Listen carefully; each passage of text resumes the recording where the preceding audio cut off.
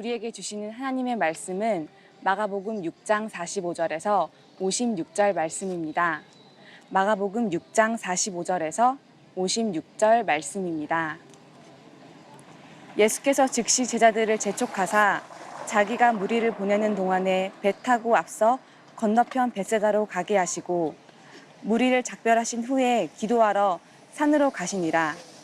저물매 배는 바다 가운데 있고 예수께서는 홀로 물에 계시다가 바람이 거스름으로 제자들이 힘겹게 노젓는 것을 보시고 밤 사경쯤에 바다 위로 걸어서 그들에게 오사 지나가려고 하시매 제자들이 그가 바다 위로 걸어오심을 보고 유령인가 하여 소리 지르니 그들이 다 예수를 보고 놀람이라. 이에 예수께서 곧 그들에게 말씀하여 이르시되 안심하라 내니 두려워하지 말라 하시고 배에 올라 그들에게 가시니 바람에 그치는지라. 제자들이 마음에 심히 놀라니 이는 그들이 그 떡 떼시던 일을 깨닫지 못하고 도리어 그 마음이 둔하여졌음이더라. 건너가 게네사렛 땅에 이르러 대고 배에서 내리니 사람들이 곧 예수신 줄을 알고 그 온 지방으로 달려 돌아다니며 예수께서 어디 계시다는 말을 듣는 대로 병든 자를 침상째로 메고 나아오니 아무데나 예수께서 들어가시는 지방이나 도시나 마을에서 병자를 시장에 두고 예수께 그의 옷가에라도 손을 대게 하시기를 간구하니 손을 대는 자는 다 성함을 얻으니라. 아멘. 제가 지난주에 없었는데 지지난주 우리 한샘 치고 우리 헌금에 대한 광고를 드렸었죠. 우리 성남 지역에 있는 우리 청소년들, 우리 아이들 좀 돕는 일을 하자.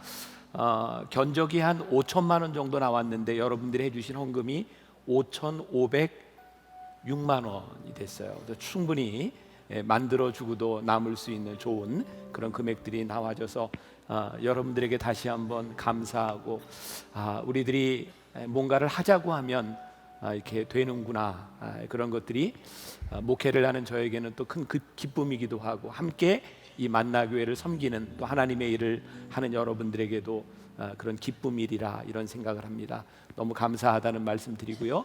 다음 주에 바자회를 여는데 청년부 쪽에서 그런 이야기 하더라고요. 바자회를 하면 늘 음식 맛이 없다, 뭐 이거 너 이렇게 조금 주냐, 뭐 이런 얘기를 하는 분이 있는데 목사님 꼭 얘기해 주세요. 이건 우리가 선교하는 마음으로 같이 이렇게 나누고 즐기는 거니까 맛이 조금 없어도 맛있게 먹어주고요, 양이 조금 적어도 2배로 사 먹어주고 하는 그런 놀라운 역사가 다음 주에 일어나기를.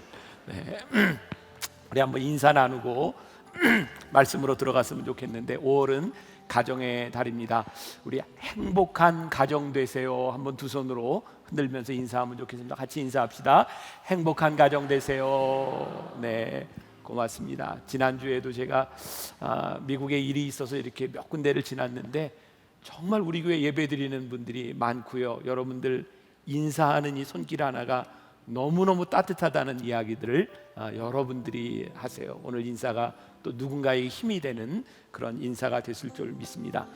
벌써 예수님의 기적에 대한 이야기 9번째 시간이 되었습니다. 오늘 말씀의 제목은 두려움 속에서 일어난 기적. 아마 오늘도 누군가는 이 말씀의 주인공이 되리라 이런 생각을 가지고 말씀을 나누려고 합니다. 제가 오래전에 보았던 영화 중에 하나가 있어요. 시네마 천국이라고. 아카데미상 그 외국 영화로서 최우수상을 받았던 그런 영화이기도 한데 뭐 다른 것들은 잘 기억이 안 나는데요. 이 영화에 나오는 주인공 이름이 토토라고 하는 아이인데 영화를 무척 좋아합니다.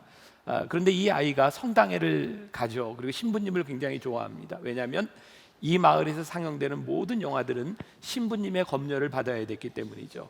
이 아이가 그 영화를 너무너무 좋아해서 극장에 가서 영사기를 돌리는 알프레도라고 하는 사람과 친해지게 됩니다. 그렇게 이제 시간이 지나가다가 화재 사고가 났고 알프레도라고 하는 그 아빠 같은 그 사람이 시력을 잃음으로 해서 토토가 대신 이제 영사기를 돌리게도 됩니다. 아마 이 영화 가운데 가장 뭐 이제 상처가 되는 이야기이기도 하고요. 이 토토가 사랑했던 여인이 생깁니다. 엘레나라고 하는 여인인데 시장의 딸이었어요. 신분이 너무 다른 사람이었어요. 맺어줄 수 없는 사이가 되었고요. 군대를 갔다 온 사이에 엘레나는 다른 곳으로 시집을 갑니다. 마음 상해 있는 이 토토에게 알프레도는 이렇게 얘기합니다. 다 잊어버리고 떠나라. 이곳에 다시 돌아오지 마라. 그 30년이 지난 어느 날 이 토토는 영화 배우로서 성공한 사람이 되어 돌아옵니다. 알프레도가 죽었기 때문이죠. 이 이야기에 대한 게 평론을 쭉 써놓은 어떤 글에 이런 이야기가 있더라고요. 성공하기 전에는 돌아오지 마라. 이 마을을 여기를 다시는 생각하지 말라라고 이야기했지만 이 어린 토토의 마음속에는 한 번도 그 마을을, 그 과거를 잊은 적이 없다는 거죠. 잊어버린 것 같았지만 그 일을 생각하며 성공한 사람이 되어 돌아왔다는 그런 이야기였어요. 저는 오늘 말씀을 여러분들과 함께 나누면서 우리 인생에 정말 중요한 것이 있다. 어쩌면 잊어버려서 축복이 된 것도 있고 잊지 않았기 때문에 우리들에게 축복이 된 것도 있다. 오늘 기적의 말씀은요, 바로 예수님의 기적을 잃어버렸던 사람들에게 찾아왔던 두려움에 대한 문제이고요, 오늘 우리가 이 말씀을 들으며 생각하고 싶은 것 중에 하나는 우리들이 가지고 있는 믿음의 추억으로 인하여 우리들이 극복할 수 있는 두려움은 무엇인가? 혹은 우리들이 잃어버린 믿음의 추억으로 인하여 우리들이 가지고 있는 문제는 무엇인가? 우리의 믿음의 기억들을 이 기적의 말씀을 통해서 더듬어 가보는 그런 시간이 되었으면 좋을 것 같아요. 오늘 본문 말씀을 읽을 때 여러분들이 얼마나 집중해서 내용을 들으셨는지 모르겠어요. 오늘 이 이야기는 예수님의 제자들에게 찾아온 두려움에 대한 이야기입니다. 오병이어의 기적을 행하신 후에 예수님은 홀로 기도하러 가셨고 제자들끼리 배를 타고 가고 있는 상황이었어요. 그들은 예수님의 오병이어의 기적을 경험한 다음이었습니다. 그들이 배를 타고 게네사렛 호수를 건너가게 될 때 그들이 풍랑을 만나게 되었고요, 그들은 두려움을 느끼기 시작합니다. 참 신기한 것 같아요. 우리의 신앙이, 우리의 모습이 바로 어제, 지난주에, 한 달 전에 우리의 인생에 생생하게 느꼈던 하나님에 대한 경험과 기적의 체험들이 어느 날 우리들의 삶에 흔적조차 없이 사라져버리는 상황. 우리가 기적을 경험했지만 그 기적이 우리들의 삶을 신앙으로 이끌어가는 것이 아니라 어느덧 까맣게 잊어버려서 또 다른 두려움을 만나게 되는 상황. 아마 우리 삶에요, 두려운 일이 일어난다는 것이 문제가 아닌 것 같아요. 두려운 일은 우리들의 삶에 늘 일어나죠. 문제는 두려움 가운데서 우리와 함께 하셨던 놀라운 주님을 우리들이 기억하느냐 기억하지 못하느냐에 대한 문제일지 몰라요. 오늘 본문 말씀 48절과 49절에 보니 두려움의 원인이 나타나 있죠. 바람이 거스름으로 제자들이 힘겹게 노젓는 것을 보시고 밤 사경쯤에 바다 위로 걸어서 그들에게 오사 지나가려고 하시매 제자들이 그가 바다 위로 걸어오심을 보고 유령인가 하여 소리 지르니. 바다에서 풍랑을 만났어요. 열심히 노를 젓습니다. 이상한 일이 아닙니다. 우리의 인생의 어려움 가운데 풍랑을 만났을 때 우리들이 열심히 노력하는 것, 그것은 이상한 일이 아닙니다. 어쩌면 당연한 일일지 모릅니다. 근데 문제는 뭐냐면 그 어려움 가운데서 그들이 만났던 그 상황 실체에 대한 문제가 아니라 그들이 마음속으로 생각하고 그들이 보았던 것 때문에 찾아온 두려움의 문제였어요. 우리가 흔히 메뚜기 컴플렉스라고 하는 말을 하는데, 이스라엘 백성들이 가나안 땅에 정탐하러 갔을 때 그 큰 가나안 족속들을 보며 자기들이 메뚜기처럼 여겼다. 아무리 그들이 커도 어떻게 메뚜기의 비유를 하겠습니까? 그런데 두려움이 찾아오면 메뚜기같이 보이는 거죠. 실체에 대한 문제가 아니라 그들이 무엇을 보느냐에 대한 문제입니다. 제가 말씀을 준비하며 읽었던 어떤 책에 보니까 아마 여기에도 그런 문제를 가지고 있는 사람이 있을지도 모르고 설교 시간에 다루기 참 힘든 문제죠. 포르노에 중독된 사람들이 의외로 참 많이 있는 것 같아요. 이 심리학 교수 중에 하나가 포르노그래피로부터의 자유라고 하는 그런 연구를 하면서 왜 사람들은 포르노에 중독되는가 보니까요, 어렸을 때 보았던 그런 포르노라고 하는 것이 우리 기억 속에, 뇌 속에 길을 만들어 놓는다는 거예요. 이 길이 없어지지 않고 그 기억으로 인하여 계속해서 보게 된다는 거예요. 저도 학창 시절을 지났어요. 중학교, 고등학교, 초등학교, 대학교. 한국에 있는 남자 중에 이런 것들로부터 열려져 있지 않은, 오픈되어 있지 않은 시절을 살았던 사람이 누가 있을까요? 여러분들 삶에 이런 포르노에 대한 문제뿐만 아니라 여러분들의 인생에 가지고 있는 많은 기억에 대한 문제들은요, 우리들 머릿속에 길을 내고 있다는 거예요. 그래서 우리들이 이 기억의 길 때문에 조금씩 이 길을 찾아가다 보면 점점 넓어지기 시작하고, 어떤 것은 두려움으로, 어떤 것은 중독으로 우리들이 빠지기 시작한다는 거예요. 중요한 것은 오늘 우리들에게 당면한 것에 대한 문제가 아니라, 이 당면한 것을 통하여 우리들이 무엇을 보고 우리의 인생을 어떻게 바꾸어 주는가. 아마 이 세상을 살아가는 모든 사람이라면 겪어야 되는 두려움과 우리 인생의 통과 의례와 같은 그런 문제들 가운데서 그 실체, 그것이 아닌 우리들이 무엇을 우리들이 보는가. 풍랑에 있는 바다 가운데서 걸어오시는 예수님을 바라보면서 유령인가 보다라고 생각하는 것이 아니라, 그 앞에 걸어오시는 예수님의 얼굴을 우리들이 볼 수 있는가라고 하는 것은 우리들에게 중요한 신앙적인 도전이고 물음이기도 합니다. 오늘 기적의 말씀은 바로 보는 것에 대한 이야기예요.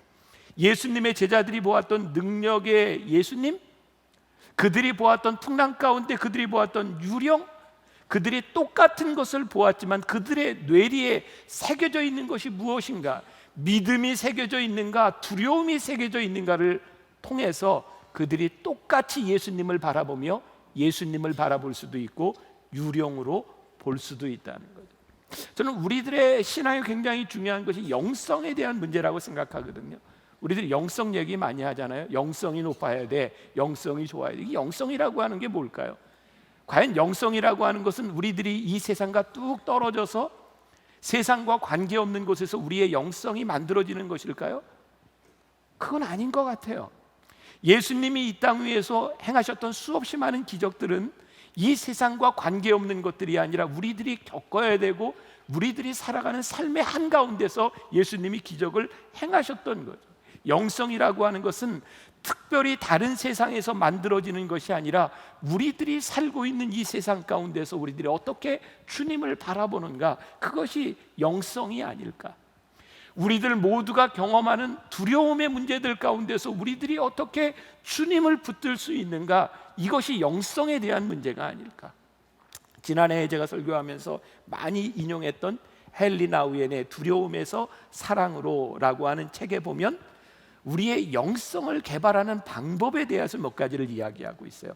도움이 될 것 같아서 제가 잠깐 짚고 넘어갑니다. 헨리 나우엔은 4가지를 이야기하고 있는데, 그 첫 번째가 거룩한 독서를 이야기합니다. 벌써 여러분들에게 감이 오죠? 거룩한 독서라고 하는 것은 뭘까요? 일반 책이 아니라 하나님의 말씀을 접하는 거죠.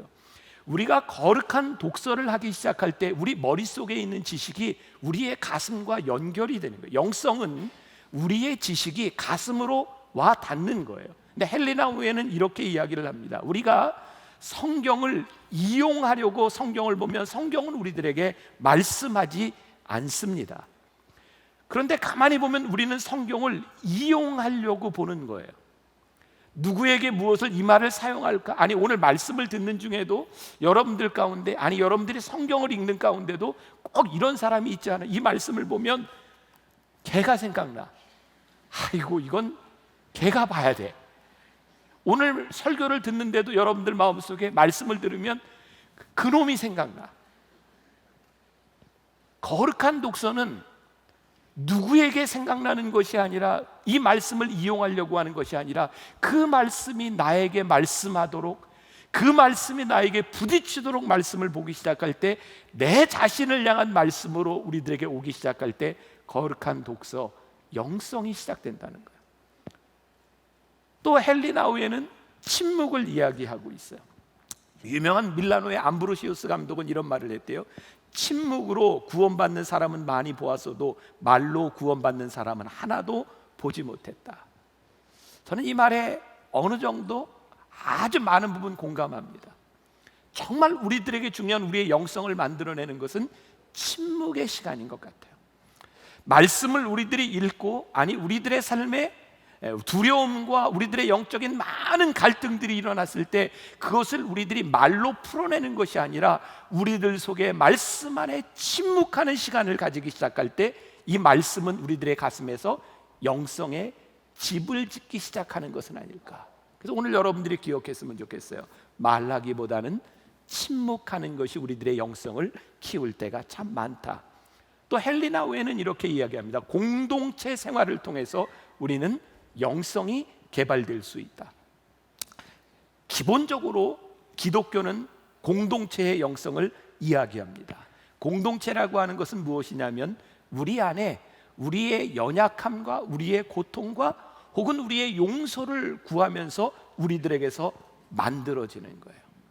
전 여러분들에게 그런 질문을 던지고 싶어요. 여러분들이 만나교회라고 하는 공동체 속에서 여러분들은 어떤 치유의 경험을 하셨나요?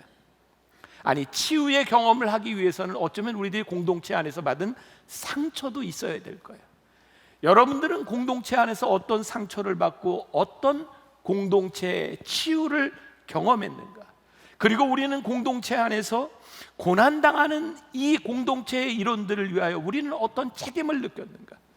저는 2017년 만나교회 목회를 하면서 우리 교회 여러분들 만나교회의 영성을 저는 보거든요. 우리가 처음 한샘치고라고 하는 헌금을 하자고 했을 때 저는 정말 깜짝 놀랐거든요.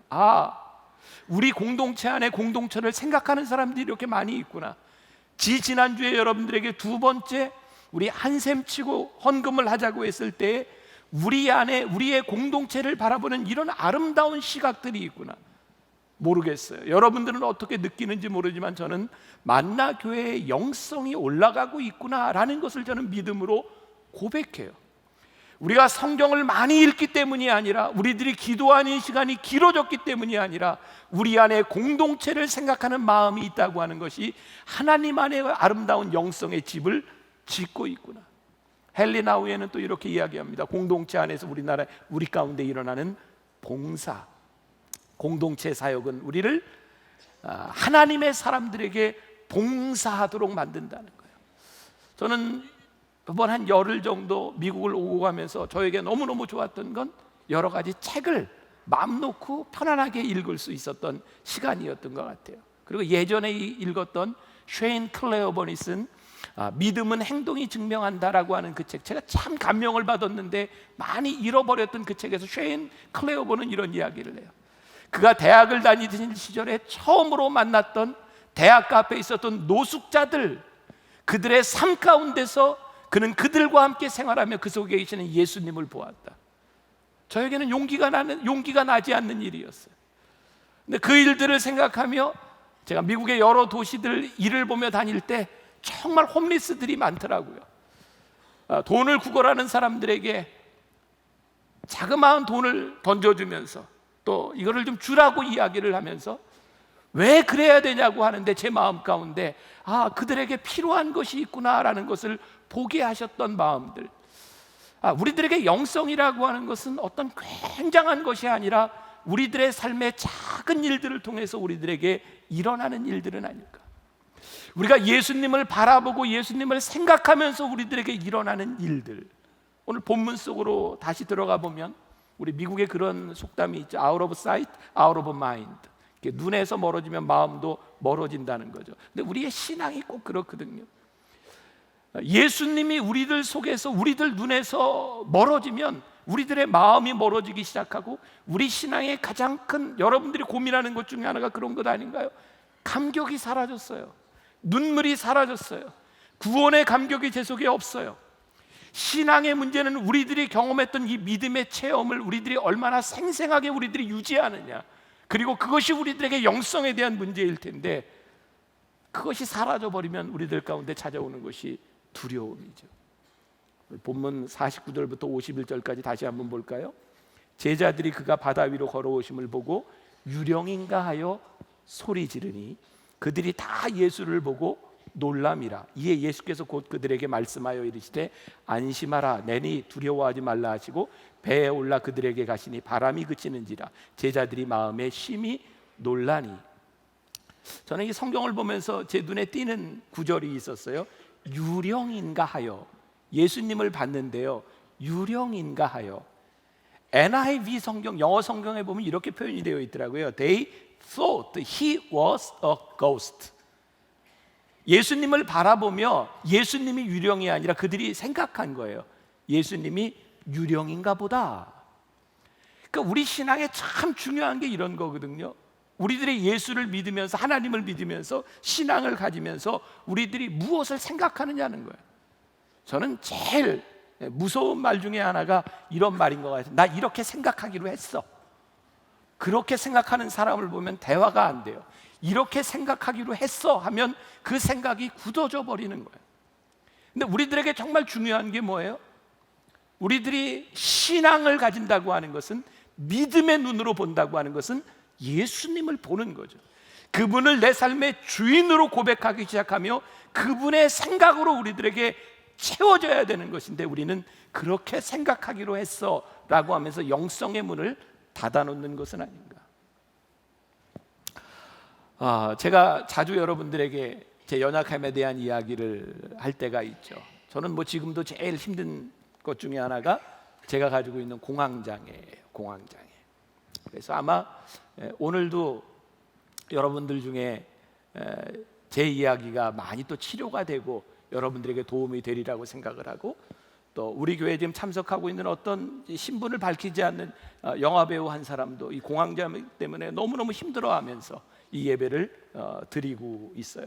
이 공황장애라고 하는 게 소위 영어로 하는 패닉이라는, 패닉. 의사가 아닌 사람이 이런 말을 아는 척해서 죄송하긴 한데, 제가 하도 병이 많다 보니까 많이 알아요.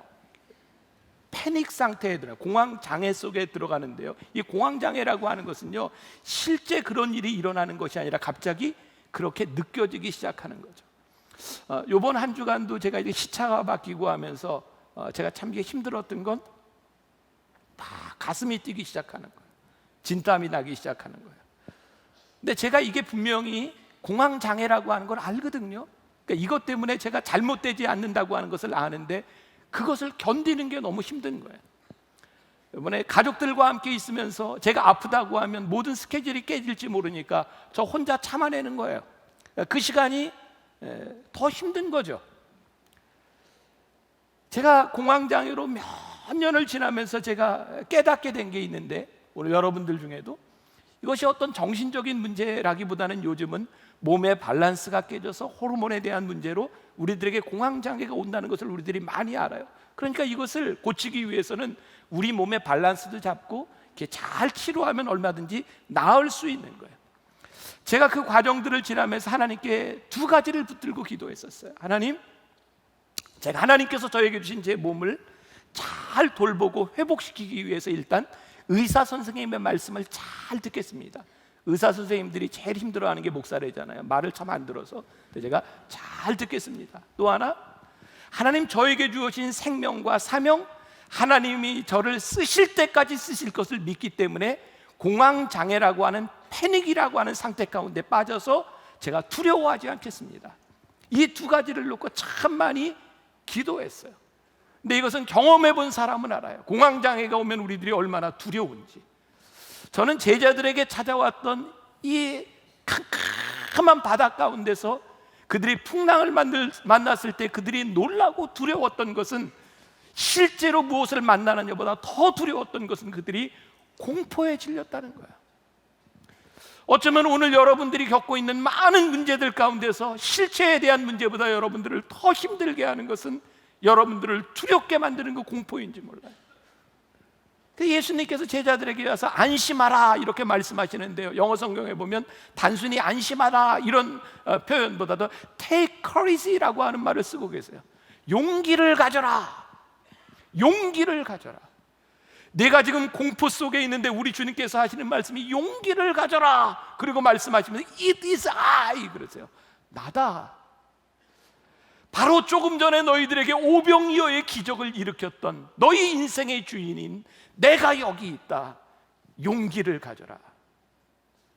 예수님이 눈에 보이지 않으면서 그 짧은 시간에 예수님을 잃어버리고 바닷가에서 바닷 가운데 걸어오시는 예수님을 바라보며 유령인가 하며 두려워하던 그들에게, 예수님의 능력을 다 잃어버렸던 그들에게 용기를 가져라, 내가 여기 있다.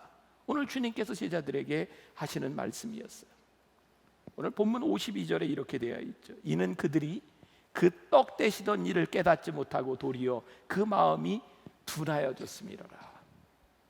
너무너무 신기하죠. 어쩌면 그 한나절 사이에 오병이어의 기적을 행하셨던 주님의 능력을 다 잊어버릴 수 있을까? 근데 그게 우리의 모습이더라고요. 우리가 새벽에 말씀 붙들고 기도하고 주님 저 붙잡아 주세요, 용기 있게 살아가도록 저 붙잡아 주세요. 그리고 낮에 사람들을 만나고 어려운 일을 만나면 새벽에 기도했던 우리의 용기를 다 잃어버리는 모습. 그래서 유령인가 보다. 마태복음 14장에 보면 이와 동일한 평행 본문이 나오고 있어요. 베드로의 유명한 이야기죠.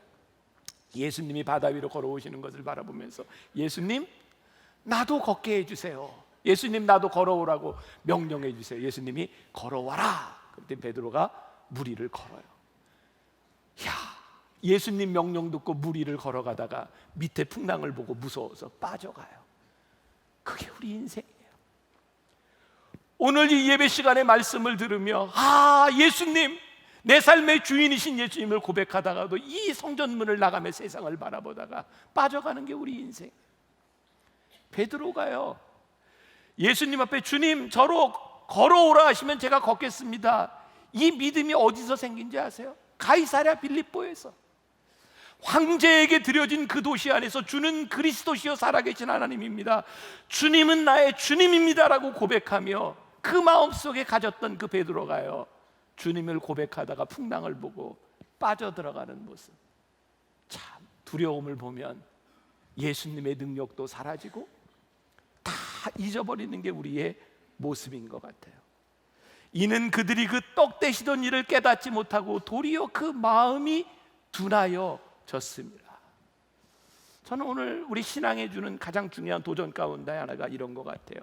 너희들 인생에 맨날 또 다른 기적, 또 다른 기적, 또 다른 기적을 바라는 것이 아니라 내 인생에 기적을 일으키셨던 그 주님을 붙들고 잊어버리지 말아라. 내 인생에 찾아오셨던 그 주님을 잊어버리지 말고 더 이상 공포에 떨지 말고 우리의 삶에 함께 하시는 주님을 붙들고 살아라. 유령으로 보이는 주님이 아니라 능력의 주님을 바라보고 살아라. 오늘 말씀 가운데 중요한 것이, 저는 이렇게 생각해요. 보는 것과 알아보는 것은 다른 차원의 문제인 것 같아요. 오늘 말씀을 우리들이 보면서 우리의 인생의 문제가 자명해지는데, 그것은 뭐냐면 인생의 파도, 두려움을 만나는 것이 문제가 아니라 두려움 가운데서 우리 가운데 역사하시는 주님을 알아보지 못하는 것은 아닐까. 제가 이번 주에 읽었던 책 중에 하나가 닉 부이치치라고 아시죠? 사지가 없는 닉 부이치치. 저희 교회에서도 한번 강연을 한 적이 있잖아요. 닉 부이치치 아버지가 그 아들에 대한 책을 썼어요. 아들을 키우면서 있었던 일. 책 제목이 뭐냐면 완전하지 않아도 충분히 완벽한, 완전하지 않아도 충분히 완벽한 그런 책 제목이었어요. 이 책에서요 그런 글이 나오더라고요. 아들이 장애로 태어났을 때 팔다리가 없는 모습으로 태어난 그 자식을, 아들을 바라보며 정말 힘들었던 것은 이 아이가 장애이기 때문이 아니라 자기가 기대했던 아이의 모습이 아니었기 때문에 힘들었다는 거예요. 알고 보니 이 닉 부이치치가 불완전하게 태어난 게 아니라 그 아이를 바라보는 자기의 시각이 불완전했다는 거예요. 그 아이를 키워가는 가정들이 있어요. 우리 인생에 이런 닉 부이치치처럼 사지가 없는 자식을 낳아본 부모가 얼마나 되겠어요. 아마 우리들의 인생에 가지고 있는 문제들, 우리들에게 정말 힘들고 어려운 문제들이지만, 남들이 이해할 수 없는 문제들이지만, 크고 작고의 차이는 있지만 우리들에게 다 그런 문제들이 아닌가요? 그 문제들의 핵심은 뭐예요? 내가 기대했던 일들이 일어나지 않은 거예요. 내가 원했던 일들이 일어나지 않는 거예요. 중요한 것은 내가 기대하지도 내가 원하지도 않았던 상황 가운데서 우리들의 삶에 함께 하시는 주님을 바라보며 주님 나와 함께 해달라고, 주님 나를 붙들어 달라고, 그때에도 나와 함께 하셨던 주님이 지금도 나를 붙잡아 달라고 우리들이 믿음으로 고백하고 있는가? 아니면 우리는 유령인가? 주님을 바라보면서도 두려움에 떨고 있는 것은 아닌가? 사실 오늘 말씀은 예수님께서 배에 타셔서 내니 안심하라, 여기에서 말씀이 끝났으면 돼요. 근데 오늘 제가 본문을 조금 더 길게 잡았어요. 53절부터 보세요. 다른 이야기거든요. 건너가 게네사렛 땅에 이르러 대고 배에 내리시니 사람들이 뭐라고 되어 있어요? 곧 예수신 줄을 알고 그 온 지방으로 달려 돌아다니며 예수께서 어디 계시다는 말을 듣는 대로 병든 자를 침상째로 메고 나아오니 아무데나 예수께서 들어가시는 지방이나 도시나 마을에서 병자를 시장에 두고 예수께 그의 옷 가에라도 손을 대게 하시기를 간구하니 손을 대는 자는 다 성함을 얻으니라. 이게 참 이해할 수 없는 부분인 거예요. 오병이어의 기적을 체험한 예수님의 제자들이 풍랑한 가운데서 예수님을 바라보며 유령인가 하여 두려움에 떨고 있었는데요, 그 제자들과 함께 이 게네사렛 건너편에 이르렀을 때 거기 있는 사람들은 그분이 예수신 줄 알고, 이게 무슨 말인가요? 저분이 예수님이다, 어떤 형상을 알아본 것이 아니라 그분이 능력이 있는 분이다 라고 하는 것을 알고는요, 그들이 이곳저곳을 뛰어다니면서 사람들을 데려오기 시작한 거예요. 이유는 뭘까요? 예수님에 대한 기대가 있었던 거예요. 그분은 기적을 행하셨던 분이고 그분은 지금까지 이런 일을 행하셨던 분인데 그분에 대한 기대를 바라보며 사람들을 데려오기 시작하는 거예요. 참 놀랍죠? 누가복음 6장에 보면 예수님께서 자기 본인이 살던 고향 나사렛에 가셨을 때 많은 기적을 행하시지 못하세요. 그들은 예수님을 알고 있는 사람이었어요. 그런데 그분이 진정 어떤 분이신지를 인정하지 않았어요. 그들에게 기대감이 없었어요. 예수님께서 그곳에서 기적을 많이 행하시지 못하였다. 오늘 우리들에게 주는 도전이 뭐죠? 예수님께서 우리들에게 늘 이렇게 말씀하신다는 거죠. 내 믿음대로 되리라. 내 믿음이 무엇이냐? 내 믿음이 너를 구원하였느니라. 언제부터인가 이 믿음이 우리들에게 너무너무 추상적이 되어버렸고 이 믿음이 우리들에게서 감격이 사라져버려서 주님을 향하는 우리들의 마음들이 두려움 속에서 유령인가? 주님을 바로 고백하지 못하고 살아가는 거죠. 두려움이 기적을 일으키시는 것이 아니라 두려움 속에서 우리들이 주님을 보기 시작할 때 그것이 우리들에게 일어나는 기적. 저는 성경을 볼 때 우리들이 좀 상상을 하고 보자는 이야기를 여러분들에게 하죠. 여러분 지금 53절 이하에 나와 있는 장면을 상상해 보세요. 상상. 유진 피터슨이 쓴 메시지 성경으로 제가 좀 읽어드릴게요. 상상을 해보세요. 그들은 게네사렛에 배를 댔다. 그들이 배에서 내리자 순식간에 소문이 퍼졌다. 사람들이 이리저리 달리며 들것의 병자들을 모고 예수가 계시는 곳으로 데려왔다. 마을이나 시내나 촌 네 거리마다 그분이 가시는 곳이면 어디든지 사람들이 병자들을 데리고 와서 그분의 옷자락을 만지게 해달라고 간청했다. 그것이 전부였다. 그들을 만진 사람은 누구나 병이 나았다. 여러분 뭘 느껴지세요? 예수님이 거기 오셨다는 이야기를 듣고 사람들이 흥분하기 시작한 거예요. 사람들에게 알리기 시작한 그분이 오셨다.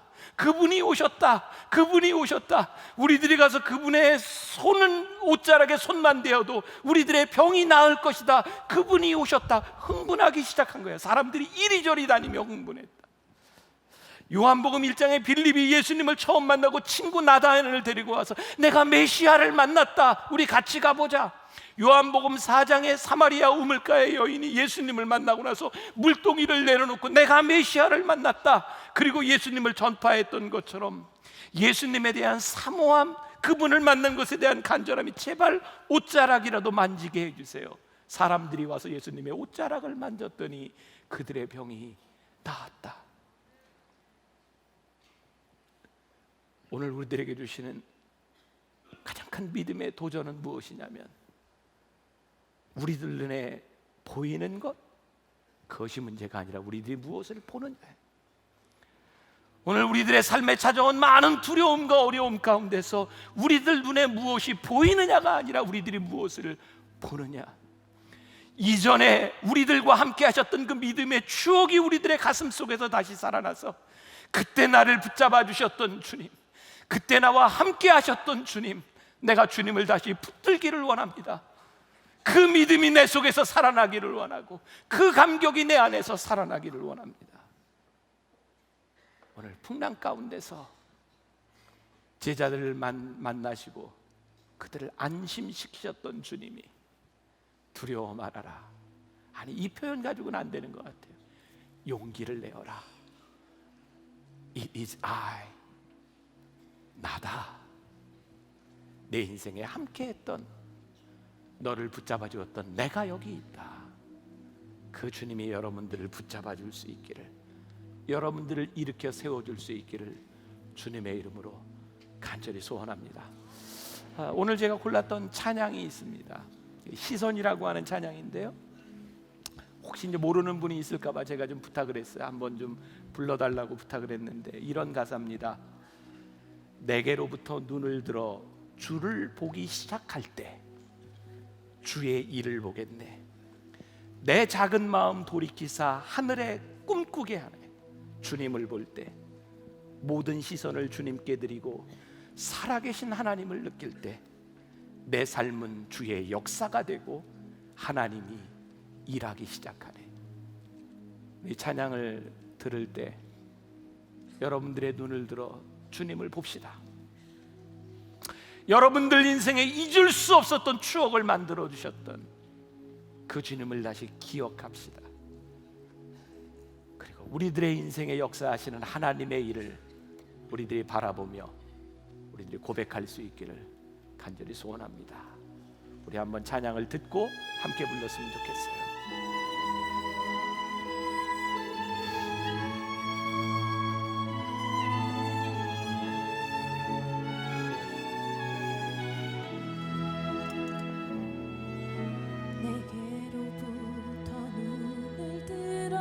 주를 보기 시작할 때 주의 일을 보겠네.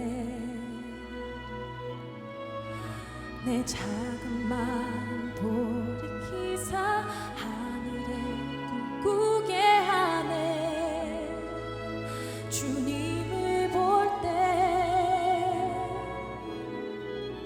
내게로부터 눈을 들어 보기 시작할 때 주의 일을 보겠네. 내 작은 마음 돌이키사 하늘에 꿈꾸게 하네. 주님을 볼 때 모든 시선을 주님께 드리고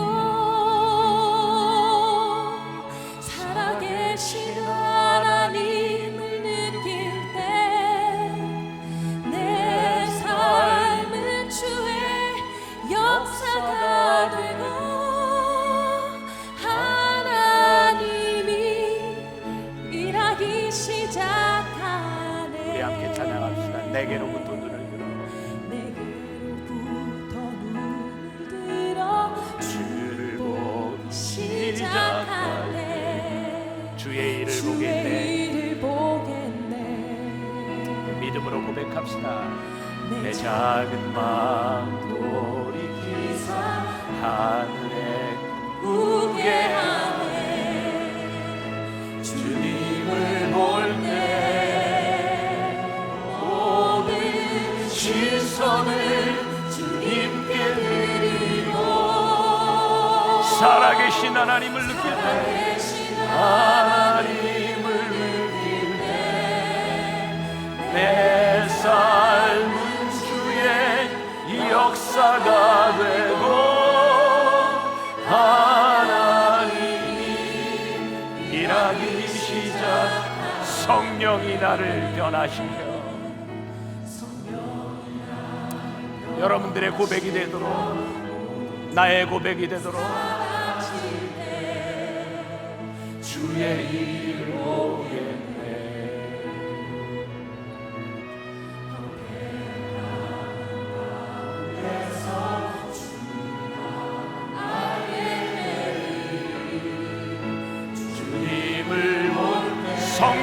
나를 변화시켜 성령이 나를 변화시켜 모든 두려움 사라지네 주의 일을 보겠네 광대한 땅 한가운데서 주님만 알게 되니 주님을 볼 때 모든 시선을 주님께 드리고 살아계신 하나님을 믿네 세상은 주의 나라가 되고 하나님이 일하신 자 모든 시선을 주님께 드리고 오 주님 우리가 믿음으로 고백합니다 아버지 하나님 우리가 살아계신 하나님을 바라보기를 소원합니다 오늘 두려움 가운데 있는 우리들에게 찾아오셔서 말씀하시오 내니 두려워 말라 내니 두려워 말라 우리들에게 용기를 내라고 말씀하시는 하나님 우리들이 기억하기를 소원합니다 오 주님 이곳에 찾아오셔서 아버지 하나님 우리의 심령 가운데 찾아오셔서 말씀하시는 우리의 인생 가운데 찾아오셔서 말씀하시는 하나님 오 주님 우리가 눈을 들어 주님을 바라보기를 소원합니다 내가 눈을 들어 주님을 바라보기를 소원합니다 주님 나에게 보이는 것이 아니라 내가 믿음의 눈으로 주님을 바라보기를 소원합니다 주님 내가 믿음으로 주님 앞에 살아계신 하나님을 내가 느낄 때 내 인생에 살아계신 하나님을 느낄 때 오 주님 우리의 인생에 찾아오셔서 말씀하신 하나님을 오 주님 우리가 믿음으로 고백하기를 소원하오니 아버지 하나님 담대하게 아버지 하나님 우리가 담대하게 주님을 고백합니다 아버지 하나님 오 주님 나 가운데 계십니다 아버지 하나님 우리의 인생을 붙잡아 주신 하나님을 내가 믿습니다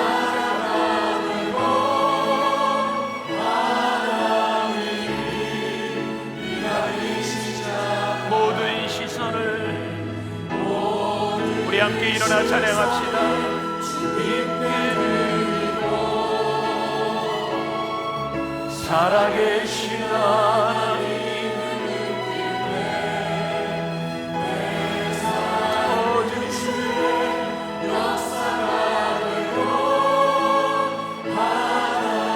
오 주님 우리 가운데 일하시는 하나님을 고백합니다 모든 시선을 주님께 드리고 살아계신 하나님을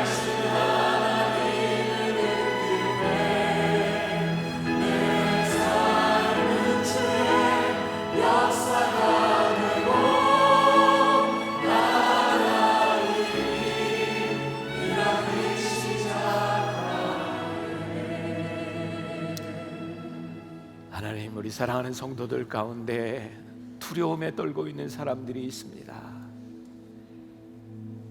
하나님 무섭고 두렵고 하나님 어떻게 이 일을 해결할 수 있을까 우리들이 너무너무 부족하고 작게 보여 두려움에 떨고 있는